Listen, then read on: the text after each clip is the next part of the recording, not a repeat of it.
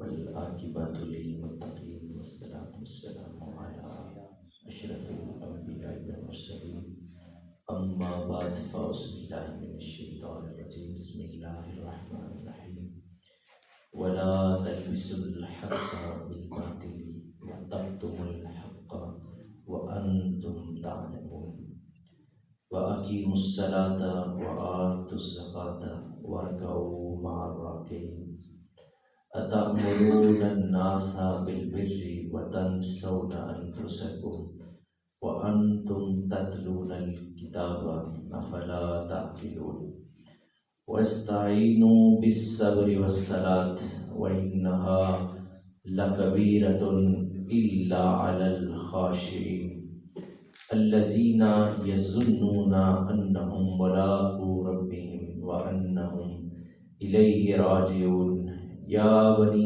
إسرائيل اذكروا نعمتي التي أنعمت عليكم وأني فضلتكم على العالمين صدق الله العظيم وصدق رسوله النبي الأمي الكريم إن الله وملائكته يصلون على النبي يا أيها الذين آمنوا صلوا عليه وسلموا تسليما اللهم صل على سيدنا ومولانا محمد وعلى آل محمد وبارك وسلم۔ حضرات ذی وقار، اللہ رب العزت کا بے پناہ مرتبہ شکر ہے جس نے ہمیں اپنے حبیب نبی کریم صلی اللہ علیہ وسلم کی امت میں پیدا فرمایا۔ آج کی درس قرآن کی نشست میں ہم سب لوگ یہاں پہ حاضر ہیں، یہ محض رب کریم کا خاص فضل ہے، اس کا خاص کرم ہے جس نے ہم جیسے لوگوں کو یہ توفیق بخشی کہ ہم اس کی لارب کتاب کے تفہیم کے لیے اور اس کے سیکھنے کے لیے یہاں پہ حاضر ہوئے۔ اللہ رب العزت سے دعا ہے اللہ کریم ہماری اس محفل کو، ہماری اس کاوش کو، اس نوکری کو، اس خدمت کو اپنی بارگاہ میں شرف قبولیت عطا فرمائے اور اللہ کریم سے ہم سب کے لیے توشہ آخرت، توشہ مغفرت کا وسیلہ بنائے۔ ہم گزشتہ درس قرآن میں یا بنی اسرائیل اذکروا نعمتی التی انعمت علیکم واوفوا بعہدی اوفی بعہدکم وایایا فارہبون۔ یہاں چونکہ قرآن کریم کا جو تیسرا رکوع تھا اس میں سورہ البقرہ میں تمام جو اولاد آدم ہے اسے اسلام کی دعوت دی گئی تھی، توحید اور رسالت کی دلائل پیش کیے۔ چوتھے رکوع میں انسان کی پیدائش اور انسان کو زیور علم سے آراستہ کرنے، منصب خلافت پہ فائز کرنے کا ذکر کیا، اور اب یہاں اس رکوع میں انسان کی پیدائش سے مسلسل کئی رکوعوں تک جو ہے وہ بنی اسرائیل کی اصلاح و ہدایت کی کوشش کی جا رہی ہے، اور یہاں یہود کو خصوصی طور پر خطاب کیا جا رہا ہے۔ کیا کیا جا رہا ہے یہود کو؟ خصوصی خطاب کو۔ یہاں سے ابتدا ہوتی ہے یا بنی اسرائیل، اور بنی اسرائیل سے یہاں ان آیات بینات سے اب یہود کی اصلاح کی کوشش کی گئی۔ چونکہ یہود کو ہی کیوں یہاں مخاطب کیا گیا، وہ میں نے آپ سے عرض کیا تھا کہ ہزاروں سالوں کی تاریخ پر محیط تھا، تقریباً 4000 سال تک نبوت بنی اسرائیل میں رہی ہے۔ کتنے سالوں تک؟ 4000 سال تک یہ سلسلہ نبوت ان میں جاری رہا، اور بیسیوں انبیاء کرام پیدا ہوئے، کن میں؟ بنی اسرائیل میں۔ تو نبی کریم صلی اللہ علیہ وسلم نے جب اسلام کی دعوت پیش کی تو کچھ لوگوں نے یہ شرط رکھی کہ اگر یہود اسلام قبول کر لیں گے تو ہم بھی اسلام قبول کر لیں گے۔ تو اسی وجہ سے اللہ نے یہاں پر یہود کے سامنے جو دلائل پیش کیے اور یہود نے یہاں واردات کیا کی، اسے بھی قرآن کریم نے بیان فرمایا ہے۔ چونکہ یہ خود کو میں نے عرض کیا تھا کہ یہ اپنے آپ کو دیگر اقوام سے افضل گردانتے تھے، اور اس کی وجہ یہی تھی کہ وہ نبوت کا سلسلہ بنی اسرائیل میں موجود تھا، اور بنی اسرائیل میں جو 3 چیزیں موجود تھیں وہ کون کون سی تھیں؟ ایک تو ہدایت، علم و حکمت اور حکومت۔ یہ 3 چیزیں موجود تھیں کن میں؟ بنی اسرائیل میں۔ ہدایت، علم و حکمت اور حکومت، یہ 3 چیزیں یہود کے ہاں پائی جاتی تھیں۔ تو جو لوگ تھے وہ یہی کہتے تھے، وہ کہتے تھے کہ اگر یہود اسلام لے آئیں گے، اسلام کی دعوت کو قبول کر لیں گے، تو ہم بھی اس دعوت کو قبول کر لیں گے، کیونکہ ان کا علم ہم سے زیادہ ہے، ان کی حکمت ان میں زیادہ ہے، یہ امارت ان کے پاس ہے، جاہ و حشم ان کے پاس ہے، مسائل ان کے پاس ہے، نبوت ان کے پاس ہے۔ تو یہ مرکز ہیں جو یہود ہیں۔ اس لیے قرآن نے اب سورہ بقرہ میں یہود کو وہ دلائل پیش کرنا شروع کیے اور بنایا کہ تم 2 نمبری نہ کرو۔ وہ دو نمبری کیا کرتے تھے؟ قرآن کہتا ہے کہ ہم نے ان سے کہا کہ ہم نے تو اپنی نعمت تم پہ تمام کی، ہم نے اپنا وعدہ پورا کیا، اور تم بھی اپنا وعدہ پورا کرو۔ وَإِيَّايَ فَارْهَبُونَ، اور صرف ڈرنا ہے تو اپنے رب سے ڈرو۔ وَآمِنُوا بِمَا أَنزَلْتُ مُصَدِّقًا لِمَا مَعَكُمْ وَلَا تَكُونُوا أَوَّلَ كَافِرٍ بِهِ، اور ایمان لاؤ اس کتاب پر جو نازل کی گئی ہے، میں نے یہ سچا ثابت کرنے والی ہے کس کو؟ جو تمہارے پاس ہے۔ وَلَا تَشْتَرُوا بِآيَتِي ثَمَنًا قَلِيلًا وَإِيَّايَ فَاتَّقُونِ، اور نہ خریدو تم میری آیتوں کے بس تھوڑی سی قیمت، یعنی میری آیات کو تھوڑی سی قیمت میں نہ بیچو۔ اس سے مطلب کیا ہے کہ منہ مانگے پیسے ملے تو پھر بیچ دو، اس کا مطلب یہ نہیں ہے۔ یہاں اس سے مراد یہ ہے، مقصد یہ ہے کہ کسی قیمت پر بھی حق کو مت بیچو، حق کو اگر تم حق پہ کھڑے ہو تو تمہاری کوئی قیمت نہیں۔ اور یہود کو یہ کہا جا رہا تھا کہ، اور یہ واردات کیا کرتے تھے، جب یہ اپنی کتاب پڑھ رہے ہوتے تھے تو اس میں جہاں بھی نبی کریم صلی اللہ علیہ وسلم کا ذکر آتا تھا تو جو عوام تھی وہ پوچھتی تھی ان اپنے علماء سے، یہ کیا ہے، یہ کس کا ذکر ہے؟ تو وہ کیا کرتے؟ اللہ کریم نے خود ہی اس پہ پردہ اٹھایا، فرمایا وَلَا تَلْبِسُوا الْحَقَّ بِالْبَاطِلِ وَتَكْتُمُوا الْحَقَّ وَأَنْتُمْ تَعْلَمُونَ۔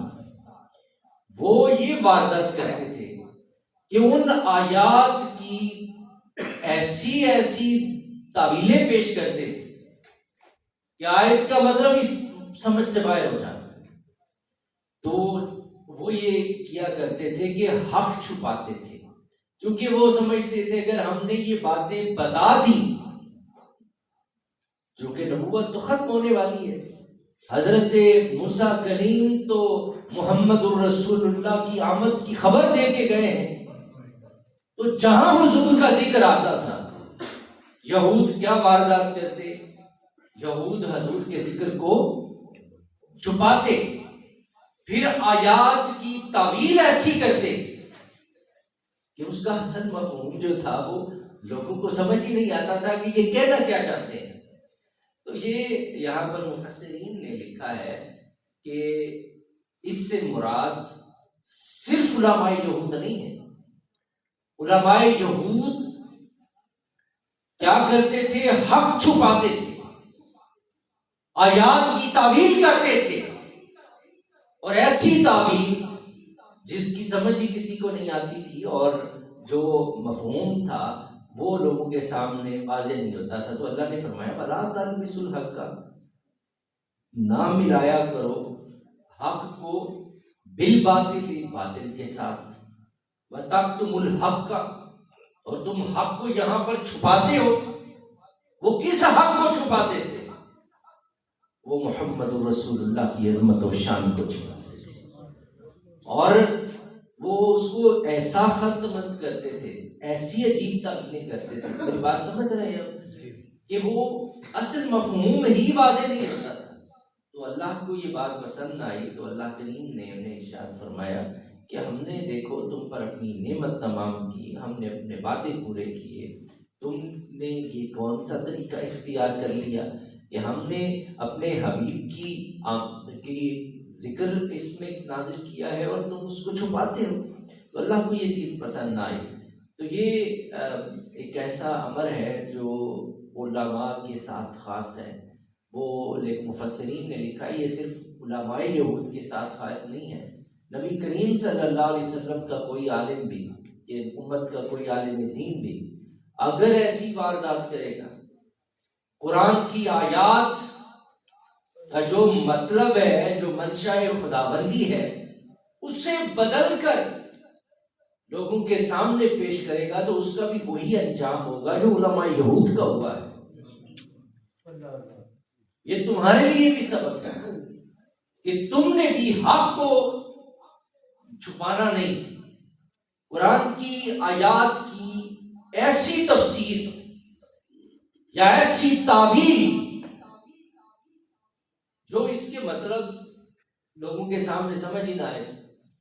فرض کرے میں آپ کے سامنے یہ اگلی آیت پڑھتا ہوں، اقیموا الصلاۃ وآتوا الزکاۃ وارکعوا مع الراکعین، اس کی میں عجیب و غریب قسم کی تعویل کرنا شروع کر دوں کہ نماز قائم کرنی ہے، زکوٰۃ دینی ہے، اور رکوع کرنے والوں کے ساتھ رکوع کرنا ہے، تو ہم اس کو عجیب و غریب مطلب پہنا دیں کہ یہاں صلاۃ سے معنی سے مراد یہ ہے، صلاۃ سے مراد آگے زکوٰۃ سے مراد یہ ہے. وہ اپنی طرف سے پنکچر لگاتے رہیں، اور ورکعوا مع الراکعین، رکوع کرنے والوں کے ساتھ، جھکنے والوں کے ساتھ جھکا کریں. اس کی کتنی تعویلیں کی جا سکتی ہیں، یہ تو کوئی ایسا مشکل کام نہیں ہے. لیکن یہ منشاء خداوندی نہیں ہے. منشاء خداوندی یہ ہے کہ واقیموا الصلاۃ، کہ نماز تو صحیح ادا کرو، وآتوا الزکاۃ، اور زکوٰۃ دیا کرو، وارکعوا مع الراکعین، اور رکوع کرنے والوں کے ساتھ رکوع کیا کرو. تو علماء، میں جو ابھی پیچھے عرض کر رہا تھا، وہ اس طرح کی عجیب و غریب اللہ کی آیات کی تعویلات کرتے تھے. اللہ نے منع کیا، فرمایا حق کے ساتھ باطل کو نہ ملاؤ اور حق کو مت چھپاؤ. جو میں نے آیات نازل کی ہیں، جو ان کا اصل مقصد ہے، لوگوں کو وہ لوگوں کے سامنے پیش کرنی چاہیے، ان سے چھپانی. لیکن علماء نے لکھا ہے کہ یہ روئے سخن تو علماء یہود کے ساتھ ہو رہا ہے. اگر یہی واردات علماء امت محمدیہ نے کی تو ان کا انجام بھی وہی ہوگا جو ان کا یہود کا انجام ہوا ہے. تو نبی کریم صلی اللہ علیہ وسلم معراج کی رات جب ایک مقام سے گزر رہے تھے، حضور نے ارشاد فرمایا کہ میرا گزر ایک ایسی قوم سے ہوا، میں نے دیکھا کہ کچھ لوگ ایسے ہیں جن کے ہونٹ کینچیوں سے کاٹے جا رہے تھے. یہ بخاری مسلم میں یہ حدیث موجود ہے. ان سے کینچیوں سے ہونٹ کاٹے جا رہے تھے، وہ پھر درست ہو جاتے، انہیں پھر کاٹا جاتا. تو میں نے جبریل سے فرمایا کہ جبریل، یہ کون لوگ ہیں جن کے ہونٹ کینچیوں سے کاٹے جا رہے ہیں، اس قدر سخت عذاب دیا جا رہا ہے؟ تو جبریل نے عرض کی یا رسول اللہ، یہ وہ لوگ ہیں جو لوگوں کو تو نیکی کی دعوت دیتے تھے لیکن خود اس پر عمل نہیں کرتے تھے. اتأمرون الناس بالبر وتنسون انفسکم. وہ لوگوں کو تو اچھائی کا حکم دیتے لیکن انہوں نے اپنی ذات کو بھلا بیٹھے تھے. وہ اوروں کو اچھائی کی تعلیم دیتے تھے اور خود برائی کیا کرتے تھے. ان کے قول و فعل میں تضاد تھا. تو یا رسول اللہ یہ اپنے نفسوں کو بلائے بیٹھے تھے حالانکہ وہ قرآن کی کتاب کی تلاوت کرتے. تنسون انفسکم کہ وہ کیا کر رہے تھے؟ وہ اپنی ذات کو بھلا بیٹھے تھے. تو یہ ان کا انجام ہے. تو اللہ کریم ہمیں اس برے انجام سے محفوظ رکھے. تو اس سے ایک چیز یہ بھی مراد ہے کہ جو قول و فعل کا تضاد ہے یہ اللہ کو پسند نہیں ہے کہ آپ کہیں کچھ اور کریں کچھ. تو واقعی الصلاۃ یہ یہود کو بتا کے پھر کیا ارشاد فرمایا اقیم الصلاۃ، تو صحیح نماز ادا کیا کرو. وآتوا الزکوٰۃ اور زکوٰۃ دیا کرو. وارکعوا مع الراکعین اور رکوع کرنے والوں کے ساتھ رکوع کیا کرو. اتأمرون الناس بالبر، کیا تم دوسروں کو نیکی کا حکم دیتے ہو. وتنسون انفسکم اور اپنے آپ کو تم بھلا بیٹھے ہو. وانتم تتلون الکتاب افلا تعقلون، حالانکہ تم کتاب کو پڑھتے ہو، تمہیں پتہ ہے اس میں کیا لکھا ہے، اس کے مفہوم بھی تم جانتے ہو، اس کی تلاوت بھی کرتے ہو، اسے پڑھتے بھی ہو، لیکن پھر بھی کیا ہے تمہیں سمجھ نہیں آتی. افلا تعقلون، تم عقل نہیں رکھتے کہ اس میں کہا کیا جا رہا ہے اور تم کیا بیان کر رہے ہو. واستعینوا بالصبر والصلاۃ اور مدد دو صبر اور نماز سے. دیکھیے یہ رب کے ہاں دو خوبصورت وسیلے ہیں. واستعینوا مدد طلب کرو، مدد لو کس کے ذریعے سے؟ بالصبر والصلاۃ، صبر سے اور نماز سے. کوئی مشکل آپ پہ آ جاتی ہے تو مشکل انسان کو رب سے دور کرتی ہے قریب کرتی ہے؟ مشکلات انسان کو اللہ کے قریب کرتی ہے. وہ برِ صغیر میں ایک جہانگیر کے وقت میں ایک مجذوب تھا جس کا نام میاں ڈڈا تھا. تو اسے لوگ ایسے ہی چھیڑتے رہتے تھے.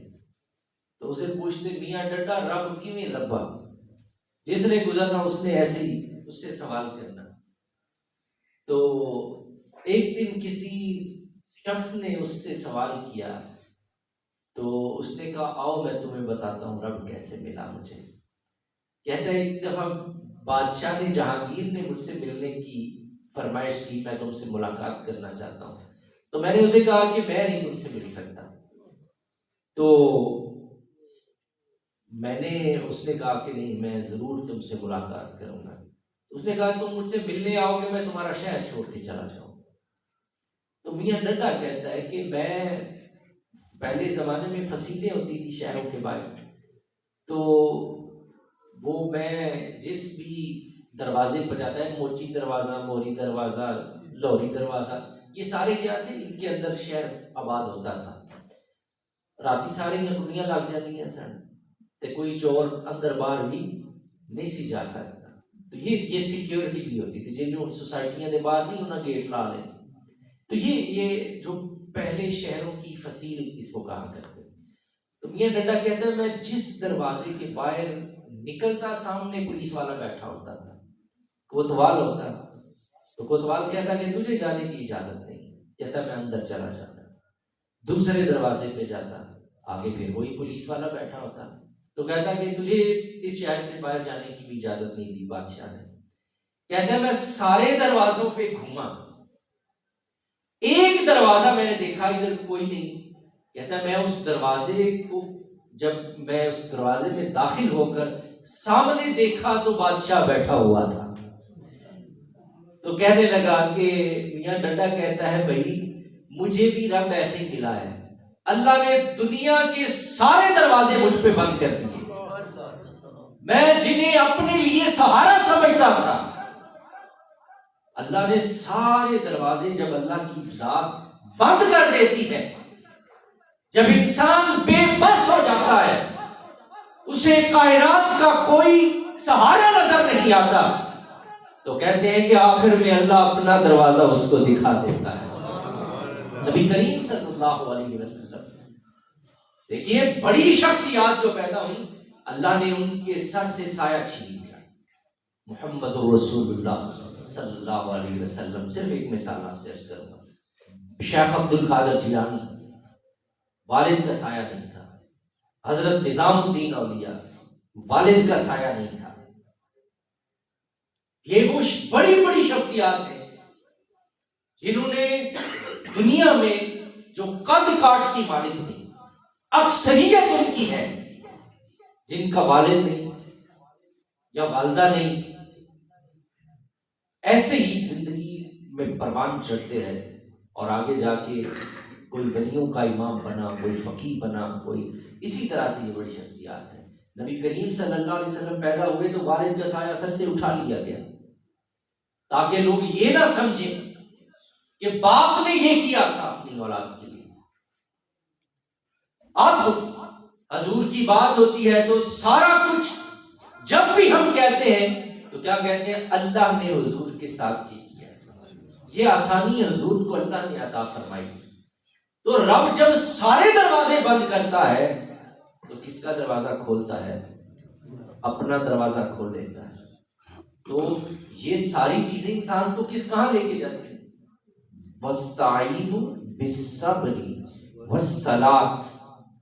صبر. یہ صبر کیا ہے؟ یہ انسان کو رب کے قریب کرتا ہے. میں اس دن بھی آپ سے عرض کر رہا تھا کہ روزہ ہے، روزے کا جو اجر ہے وہ کیا ہے؟ الصوم لی وانا اجزی بہ. روزہ میرے لیے ہے اور یہ جو ہم ترجمہ کرتے ہیں کہ اس کی جزا میں دوں گا. لیکن اگر ہم یہ تو ہم ایسے ترجمہ کرتے ہیں، لیکن عرفاء نے بڑا خوبصورت اس کا ترجمہ کیا ہے جو بنتا بھی ہے کہ وَأَنَا أَجْزِي بِهِ. جو روزہ میرے لیے ہے اور میں ہی اس کی جزا ہوں. روزے کی جزا کون ہے؟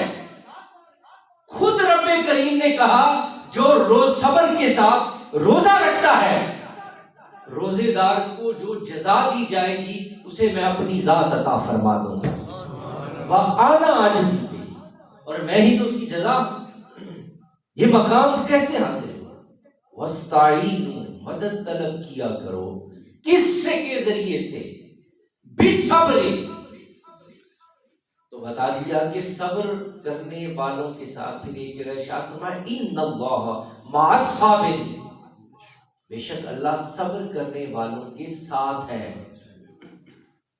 تو اب آپ سمجھ گئے کہ صبر. نبی کریم صلی اللہ علیہ وسلم نے ارشاد فرمایا جو شخص مصیبت کی ابتدا میں صبر کرتا ہے میں اس کو اس کے بدلے میں جنت عطا فرما دیتا ہوں. دکھ کسی کو کوئی پہنچتا ہے، وہ اس دکھ کی ابتدا میں صبر کرتا ہے تو فرمایا کہ ہم اس صبر کے بدلے میں اسے کیا عطا کریں گے؟ اسے جنت عطا کریں گے. وَاسْتَعِینُوا بِالصَّبْرِ وَالصَّلَاةِ. اور نماز کے ذریعے مدد طلب کیا گیا. نبی کریم صلی اللہ علیہ وسلم جب کبھی پریشان ہوتے تھے، آپ کسی دکھ کی گھڑی میں مبتلا ہوتے تھے تو کس کی طرف حضور علیہ الصلوۃ والسلام نماز کی طرف راغب ہوتے تھے. زیادہ نوافل پڑھے جا رہے تھے، عبادات کا زیادہ اہتمام کیا جا رہا ہوتا تھا. تو یہ کیا ہے؟ یہ نماز کے ذریعے مدد ہے. ہر نماز میں ہم پڑھتے ہیں ایاک نعبد و ایاک نستعین. مالک ہم تیری ہی عبادت کرتے ہیں اور تجھ ہی سے مدد مانگتے ہیں. تیری ذات ہی تو ہماری مددگار ہے. ہمارے دکھوں میں، ہماری محرومیوں میں، ہماری پریشانیوں میں، ہماری تکلیفوں میں، ہماری بیماریوں میں، ہماری غربت میں، افلاس میں، تنگ دستی میں کس کی ذات؟ ایاک نعبد و ایاک نستعین، ہم تیری ہی مدد کے تو طلبگار ہیں، ہم تو ایک لحظہ بھی تیری مدد کے بغیر کچھ بھی نہیں ہے۔ تو فرمایا جا رہا ہے وَاسْتَعِینُوا بِالصَّبْرِ وَالصَّلَاةِ، تم نے صبر اور نماز کے ذریعے سے کیا کرو؟ وَإِنَّهَا لَكَبِيرَةٌ إِلَّا عَلَى الْخَاشِعِينَ، یہ جملے سنیے گا، اللہ نے کیا ارشاد فرمایا؟ یہ صبر، یہ نماز، دونوں چیزیں کیا ہیں؟ وَإِنَّهَا لَكَبِيرَةٌ إِلَّا عَلَى الْخَاشِعِينَ، یہ نماز بہت وزنی ہے۔ لَكَبِيرَةٌ، یہ نماز کیا ہے؟ یہ بڑی وزنی ہے، بہت بھاری ہے۔ کن لوگوں کے لیے؟ مگر عاجزی کرنے والوں پر بھاری نہیں ہے، مگر عاجزی کرنے والوں پر، ان پہ بھاری نہیں، انکساری کرتے ہیں، جو اللہ کی بارگاہ میں جھکنا پسند کرتے ہیں، جو اللہ کی بارگاہ میں اکڑتے نہیں ہیں، جو اس کی نافرمانی نہیں کرتے۔ تو جس کو نماز سے عشق ہو جاتا ہے، نبی کریم صلی اللہ علیہ وسلم نے ارشاد فرمایا کہ مجھے تمہاری دنیا میں 3 چیزیں محبوب ہیں، اور ان میں سے ایک کیا ہے؟ ان میں ایک نماز ہے، اور نماز میری آنکھوں کی ٹھنڈک ہے۔ آپ خود دیکھیے، آپ بڑی حضور کا معمول تھا، آپ جب سفر سے کبھی واپس آتے تھے تو سیدھے مسجد نبوی میں جا کے 2 رکعت نفل نماز ادا کیا کرتے تھے۔ نماز کیا کرتی ہے؟ یہ انسان کو سکون عطا کرتی ہے۔ اگر ہم اللہ کی بندگی اور اس سے اپنے گناہوں کی معافی کی نیت سے پڑھیں، اللہ کے حکم کے مطابق پڑھیں، تو یہ تو اللہ کی بارگاہ میں انسان کو اس کی بارگاہ میں پہنچانے کا ایک ذریعہ ہے۔ تو اللہ کریم فرماتے ہیں وَإِنَّهَا لَكَبِيرَةٌ عَلَى الْخَاشِعِينَ الَّذِينَ يَظُنُّونَ أَنَّهُم مُّلَاقُو رَبِّهِمْ وَأَنَّهُمْ إِلَيْهِ رَاجِعُونَ، وہ لوگ جو یقین کرتے ہیں کہ وہ اپنے رب کی طرف، اپنے رب سے ملاقات کرنے والے ہیں۔ یہ کن کا عقیدہ ہے؟ یہ وہی لوگ نماز پڑھتے ہیں، وہی صبر سے مدد طلب کرتے ہیں۔ کون؟ جنہیں یقین ہے وہ اپنے رب سے ضرور ملاقات کریں گے، ضرور پر ضرور ملاقات کریں۔ تو زندگی میں اللہ سے ملاقات کا شوق ہونا چاہیے، اللہ سے۔ قرآن کی آیت ہے من کان فی الدنیا اعمى حفظہ کی آیت ہے، جو دنیا میں من کان فی الدنیا اعمى، ٹھیک ہے، یہ آیت ہے بتائیں کہ یہ اللہ کی محبت، اللہ کی ملاقات کا شوق کسے ہے؟ دیدار الہی کا شوق کسے ہے؟ یہ ہمارے لیے سوچنے کی بات ہے کہ ہمیں کیا رب کی ملاقات کا شوق ہے؟ اور یہ باتیں، یہ دین ہمیں اب نہیں سنایا جاتا، یہ اب دین ہمیں نہیں پڑھایا جاتا۔ عشق الہی کسے کہتے ہیں؟ محبت الہی کسے کہتے ہیں؟ نبی کریم صلی اللہ علیہ وسلم کی زندگی عبارت ہے عشق الہی سے۔ کس سے عبارت ہے؟ حضرت ابراہیم خلیل اللہ، خلیل اللہ کسے کہتے ہیں؟ جس کے جسم کے ایک ایک رونگٹے میں بھی عشق الہی سمایا ہوا ہو۔ موسیٰ کلیم اللہ، اللہ سے عشق کی داستان کیا سی ہے؟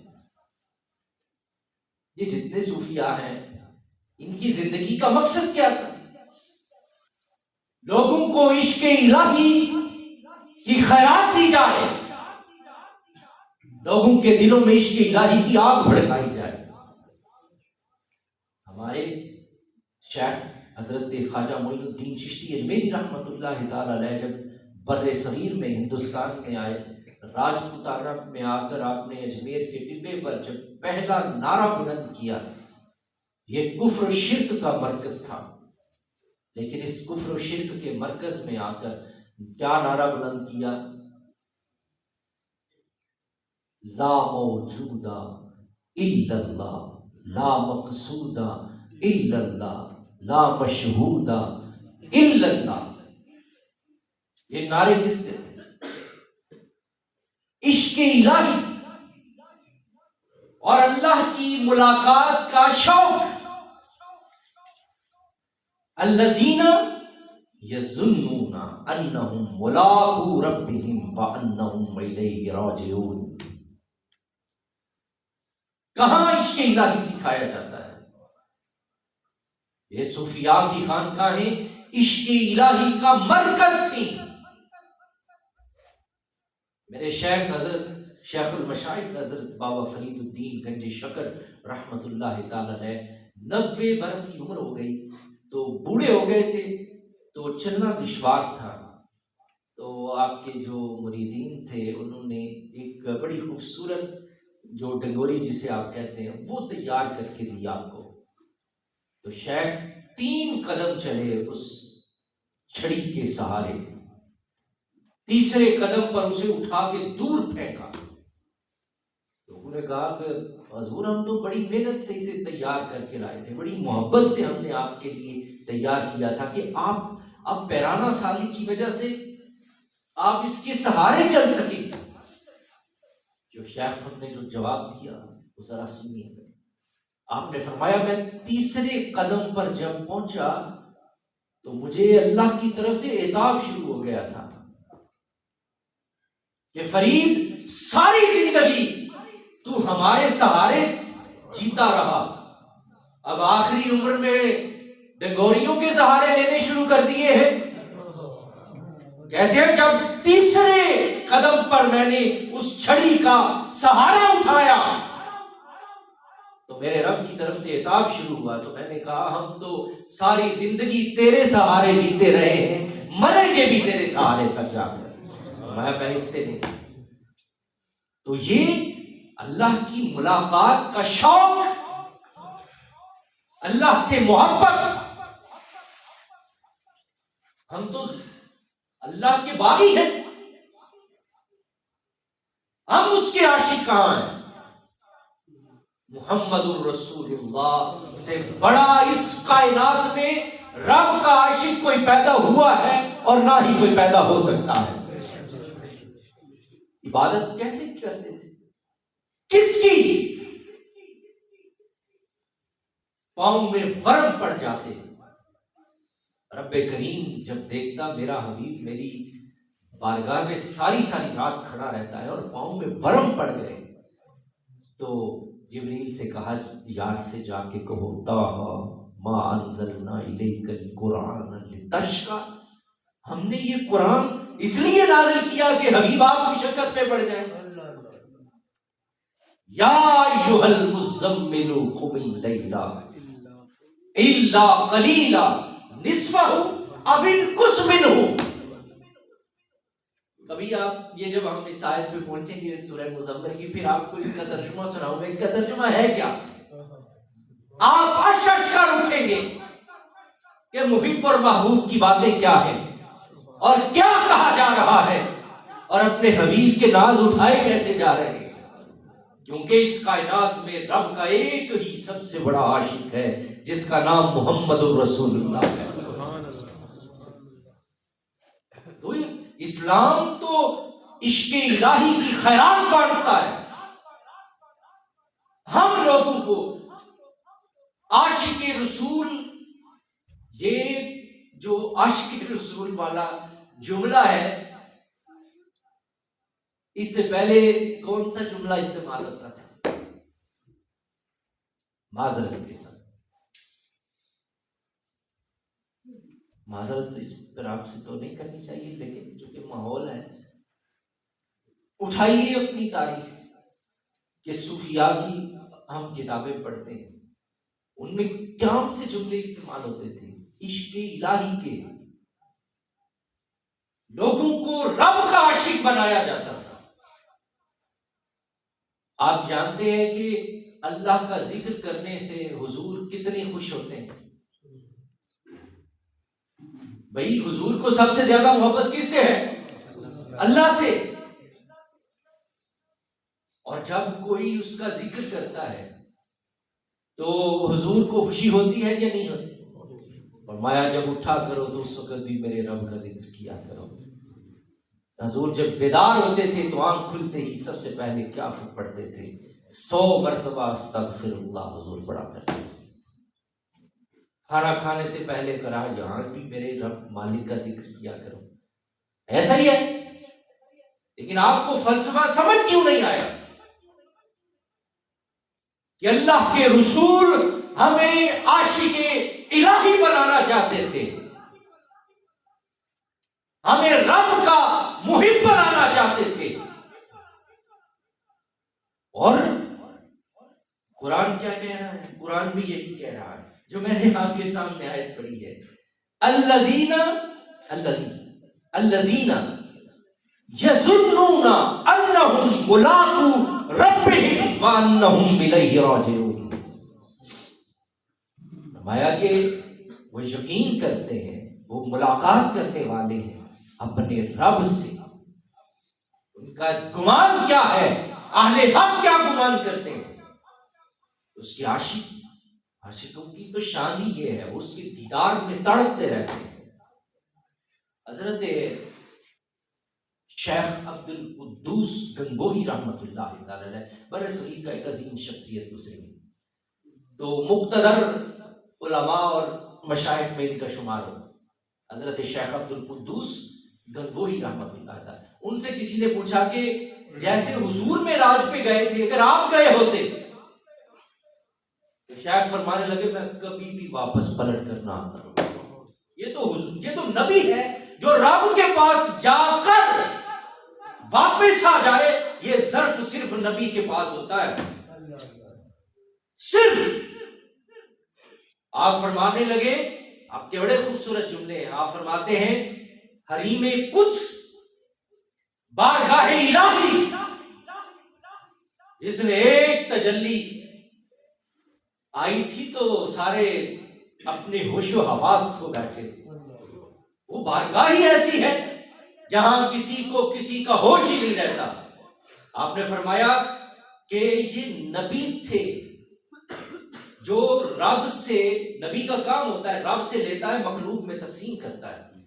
نبی کی ترتیب یہ ہے، وہ اوپر سے نیچے آتا ہے، اوپر سے لے کر نیچے تقسیم کرتا ہے۔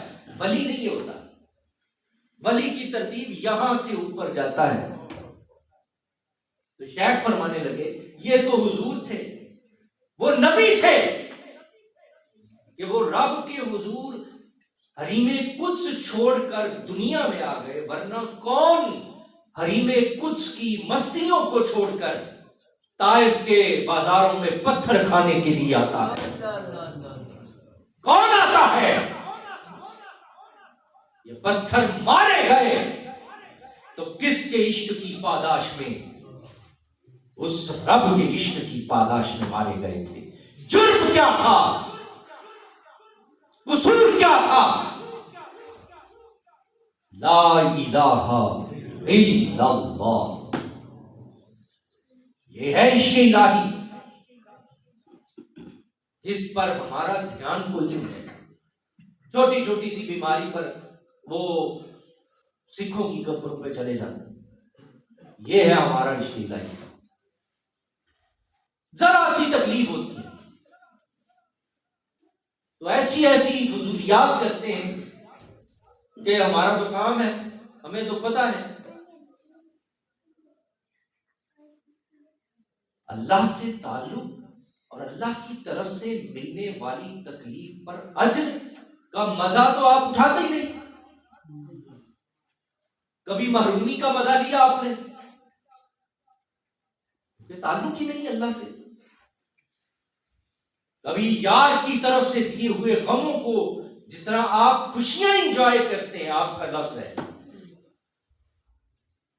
جیسے خوشیوں کا مزہ لیتے ہیں، کبھی غموں کا مزہ تو لے کے دیکھیے. پھر دیکھیے رب اپنی معرفت کے کتنے دروازے آپ پہ کھولتا ہے. آپ نے تو جزا سزا چھوڑ دی، آپ نے تو تعلق باللہ کسے کہتے ہیں آپ نے اس کا تو تصور ہی ختم کر دیا. ہم نے کہ یار کی طرف سے وہ محمود اور ایاز کو جانتے ہیں آپ، وہ جو خلیفہ تھا، اکثر آپ سے میں اس کا ذکر کرتا ہوں، محمود بادشاہ کا جو ایاز خلیفہ تھا. ایک دفعہ بادشاہ نے سارے وزیروں کو بلایا تو اس نے کھیرے پیش کیے سب کو. تو جو بھی وزیر منہ میں کھیرا ڈالتا کہا بڑا کوڑا اور پھاڑ رہا تھے اتھے ہی. تو اس نے دیکھا کہ ایاز بڑے مزے سے وہ کھیرے کھا رہا تھا. تو بادشاہ نے پوچھا یہ سارے کہہ رہے ہیں بڑے کوڑے نے کڑوے ہیں، انہوں نے تو یہ دیکھو سامنے ٹیبل پہ رکھ دیا، تم مزے سے کھا رہے ہو. ایاز کہنے لگا جو روز میٹھا کھلاتا ہے، اگر ایک دن اس نے کڑوا کھلایا تو میں شکوہ کرنا کیوں شروع کر دوں؟ ساری زندگی میرا رب تمہیں عطا کرتا رہے، ایک دفعہ ایک چیز سے معروف کرے تو اللہ سے لڑنا شروع کر دیتے ہیں، اللہ سے جھگڑنا شروع کر دیتے ہیں. محمد الرسول اللہ کی حیات مقدسہ اٹھا کے دیکھیے. جبریل آئے، کہا حضور امام حسن اور حسین کو چوم رہے تھے، کسی حسن کا چہرہ چوما جا رہا ہے، حسین کی گردن چومی جا رہی ہے. محبت جب اپنے عروج پہ دیکھی تو کہا جبریل جائیے میرے حبیب کے پاس، کہیے کہ جنہیں آپ اس قدر محبت دے رہے ہیں، جنہیں آپ چوم رہے ہیں، انہیں تو کربلا کی سرزمین پہ ان کو زہر دیا جائے گا اور ان کی گردن کاٹی جائے گی. جب یہ پیغام پہنچا، آپ تصور کر سکتے ہیں تعلق باللہ کسے کہتے ہیں. ہم نے رب کی طرف سے محرومی کو، رب کی طرف سے دیے ہوئے دکھوں کو کبھی ان سے اجر حاصل کیا ہے؟ میرا کریم ارشاد فرماتا ہے میرے کسی امتی کے پاؤں میں جب کانٹا چبھتا ہے تو وہ کانٹا چبھنے کی چبھن جو ہے میرا رب اس کا بھی اسے اجر عطا فرماتا ہے. کنڈا چبھن دا بھی اللہ کی دیندا ہے، وہ دا بھی ثواب دیندا ہے کہ میں نے اسے کانٹا چبھویا ہے، اسے کانٹا چبھا ہے، میں اس کے بدلے میں بھی اسے اجر عطا کروں گا. تو ہم رب کی ملاقات کے مشتاق نہیں ہیں، ہمارا رب سے تعلق نہیں ہے، ہمارا رب سے رشتہ نہیں ہے. جو رشتہ اللہ کے رسول پیدا کرنا چاہتے ہیں وہ کیا ہے؟ وہ عارف کھڑی کا شعر آپ اور جتنے پیسے سوٹ دے ہو سمجھو آئے پاوے نہ آئے، میاں صاحب نے شعر سنا دو. میاں صاحب کیا کہتے ہیں؟ آپ فرماتے ہیں کہ جنہ دکھاں وچ دل بر راضی تے سکھ نہ تھی واری، دکھ قبول محمد بخشا تے شالا راضی رہن پیارے. کہا ہم اسے راضی کرنا چاہتے ہیں. ہم نے ان سکھوں کو کیا کرنا جس سکھ کو حاصل کرنے کے بعد یار ناراض ہو جائے. ہم نے اس خوشی کو کیا کرنا ہے، ایسی آسانی کو ہم نے کیا کرنا ہے. میں دکھ تو وہ ہے، حاصل تو وہ ہے کہ جس کو حاصل کرنے کے بعد مالک راضی ہو جائے. تو پھر جب آپ مالک کو راضی کرنے کے لیے کی کوشش کرتے ہیں تو یہ عشق کی منازل طے کرتا ہے، معرفت کی منازل انسان کو طے ہوتی ہے، توکل کی منازل انسان کو طے اللہ کریم کی ذات طے کرواتی ہے، وہ ان سے رشتہ جوڑتی ہے۔ تو اللہ نے اہل محبت کی ایک نشانی بیان کی، فرمایا الذین یظنون انہم ملاقو ربہم وانہم الیہ راجعون، انہیں پتہ ہے وہ اپنے رب کی شوق ملاقات کے مشتاق رہتے ہیں۔ وہ کہتے ہیں، اور جنت کی سب سے بڑی جو نعمت ہے وہ کون سی نعمت ہے؟ دیدار الہی۔ یہ دوبارہ کان کھول کے سنو، جنت کی سب سے بڑی نعمت کون سی ہے؟ وہ دیدار الہی۔ قیامت جنت میں ہر جمعے کو اللہ کریم اپنا دیدار عطا فرمائیں گے۔ جسے دنیا میں رب کے دیدار کا شوق ہی نہیں رہا اور اس نعمت سے محروم ہے جو جنت کی سب سے بڑی نعمت ہے۔ مایا کیا؟ جنت ہر جمعے میرا رب اپنے دیدار سے مشرف فرمائے، اور اہل محبت کا پورا ہفتہ اسی مدہوشی میں گزر جائے گا۔ یہ بھی جنت ہے بھائی، پورے غلمان، یہ تو بہت چھوٹی چھوٹی نعمتیں ہیں اللہ کی، ہمارے لیے تو بہت بڑی ہیں، اللہ نے ان کا ذکر کیا ہے یہ، لیکن سب سے بڑی نعمت جنت کی دو ہیں، ایک دیدار الہی جس کے لیے اہل ایمان تڑپ رہے ہوں گے، کب وہ گھڑیاں آئیں ہم دوبارہ رب کے دیدار سے مشرف ہو جائیں، اور دوسری جنت کی سب سے بڑی نعمت محمد الرسول اللہ کی رفاقت ہے۔ اٹھائیے حدیث، دو جنت کی سب سے بڑی نعمت ہے۔ اللہ ہمیں عشق الہی عطا فرمائے، اور عشق الہی عطا فرمائے، اللہ اپنے دیدار کا شوق عطا فرمائے، اللہ ہمیں ان اہل ایمان میں سے شامل کرے جو رب کے دیدار کے مشتاق ہیں، اللہ کی ملاقات کا شوق رکھتے ہیں۔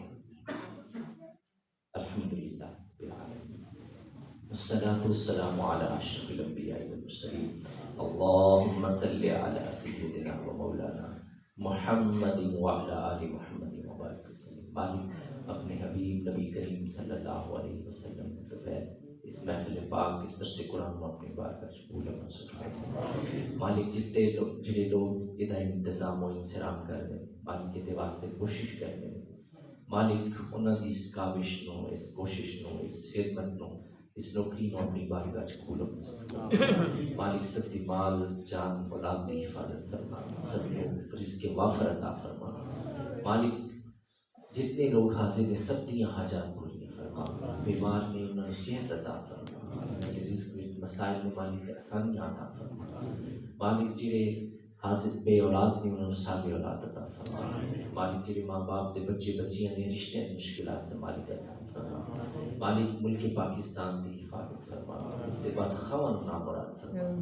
صلی اللہ تعالی خیر خلقہ محمد وعلی آلہ وصحبہ اجمعین برحمتک یا ارحم الراحمین۔